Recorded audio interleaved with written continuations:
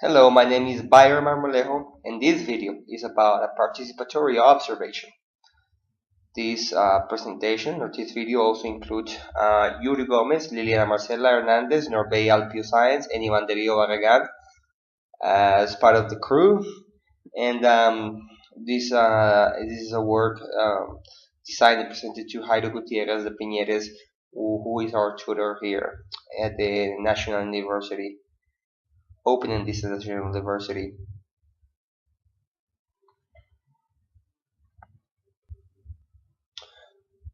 Well, in this presentation, in this video, we have to take it from scratch. And then let's see a couple things. Just to tell you about the Colombo Americano. This is a video based on Bayer Marmolejo's presentation, an essay, which is put on the wiki. Um, and the Colombo Americano is pretty much a non-profit binational institution of informal education. And what that means is that the Colombo Americano is or has a non-discriminating policy, which actually it's about integrating everyone, regardless of where they're coming from, who they are, beliefs, uh, ethnics, background, anything. So this is an institution that was founded in 1954, and ever since then it's been open for everybody.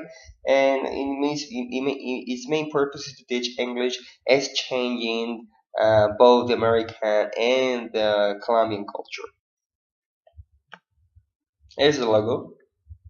Now, the first question discussed was how to improve the teaching and the learning for students at a private or public educational institution. I'm going to read the first part and I'm going to explain everything afterwards. So, there are quite a few things that can actually help both the teachers and the students through the whole learning process. So, let's see things from the institutional perspective and teacher and students' perspective. Number one, the institutional perspective. There are three things to take into consideration. One, or A, in services.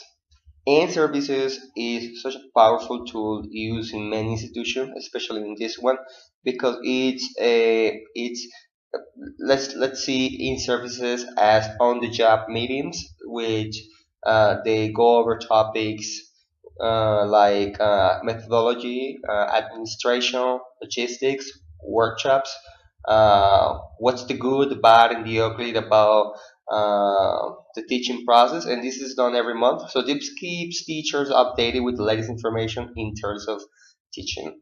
Research groups. Research group is a powerful tool because these help teachers go over topics, create groups to investigate topics that have been like kind of like bagging them, and they want to have a solution. And extra training. For example, teachers can have access to courses online, or they pay for career. For example, they can take the TEFL course or the TESOL course, which actually is going to improve um, their teaching growth per se. And from the teacher-student perspective, well, teachers can help students develop autonomy, independence, self-confidence to use the target language as well. And this is going to be productive for students because they will be able to know their best learning style to learn English, of course. So this is what it's done to improve the teaching and learning. How is the bilingual national plan implemented at the private or public educational institution chosen by the group? Well, at this point, well, we're not really regulated by the government in like any other institution. For example, like a school, like a private school, and like um, for example, we were not part of the last strike last week. Teachers went on strike because of their salary. So we're something like kind of like a part, and we follow like mostly the common European framework. So I'm going to explain a couple things, really short, what happens and how it's done. So, for example, We care about the identification of needs in the clients if they're studying English for traveling, for business, or for just for the sake of studying English, or because they really need it for academic purposes. And also, the objectives. The objectives are established by the institution in like different forms. For example, depending on the program and depending on the pacing to follow. Okay, but the idea is to provide participative and dynamical classes with a high English teaching proficiency from the pedagogical perspective. Okay, and then the other objectives are determined by the pacing in the book.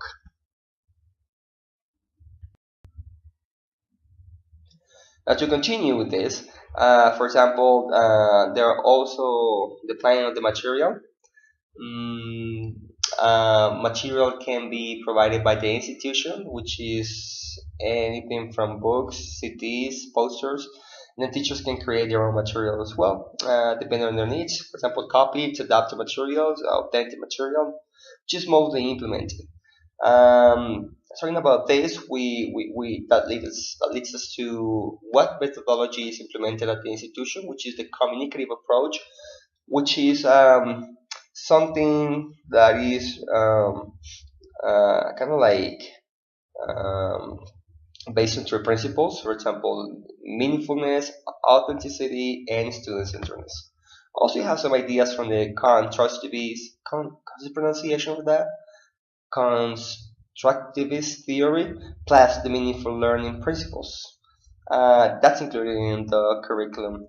Evaluation. Has the evaluation? The evaluation process has its own split. For example, a diagnosis, formative, and a summative assessment is included. Diagnosis at the beginning, formative during the whole learning process, and a summative assessment at the end of every like mini cycle of processes. For example, there are 5 modules in the institution: basic, beginner, intermediate, basic, beginner, high beginner, intermediate, and high intermediate.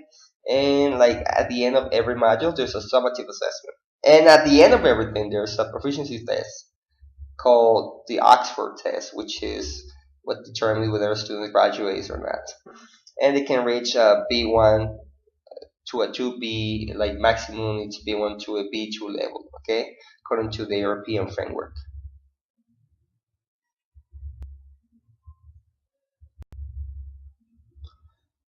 Another one question is how is the technology applied at the private or public educational institution?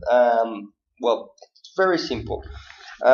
We've been updating things. Now we have video beams, there's home theaters, and also there are TVs, and students are using their computers a lot. Okay, so how is that used? For example, um, nowadays smartphones are used all over, so teachers can create groups in WhatsApp to kind of gather all the people and communicate with them through messages, and they can keep them up with the latest news about the course. For example, hey guys, don't forget the homework, pages 1 to 5, for example.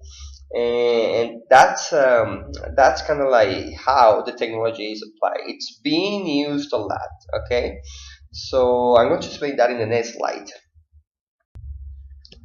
For example, um, I wanted to explain it here because we can talk about the didactic strategies, and one of those is, for example, the use of blogs or Facebook groups, where teachers simply create a blog or a Facebook group to put activities or to have students communicate better or to chat. For example, in blogs, teachers can actually ask students to write about their favorite topics, and students don't feel so pressured to write something, but they can have the time to write it and post it. Computers is also, like I said, they use WhatsApp, for example, to create groups, to send each other messages, even for activities like to make it more realistic. And that's the whole point of it, to make classes more authentic. And what's more authentic than using technology? Everybody uses technology nowadays. My viewpoint on using computer for assessing the English learning process is it's very simple. I keep it simple. As long as you have a predetermined objective on why you're using computer assessment, it's gonna work.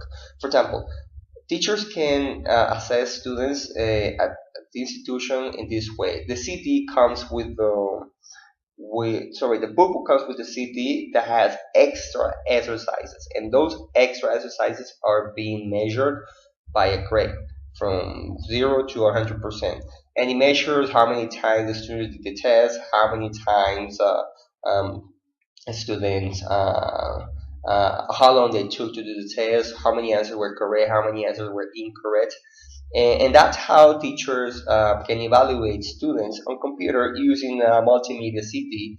And then they can check their progress, and based on that, they can have a criteria if they're planning to give them a grade. It's very beneficial, by the way. I think that's a wrap. Thank you very much. See ya.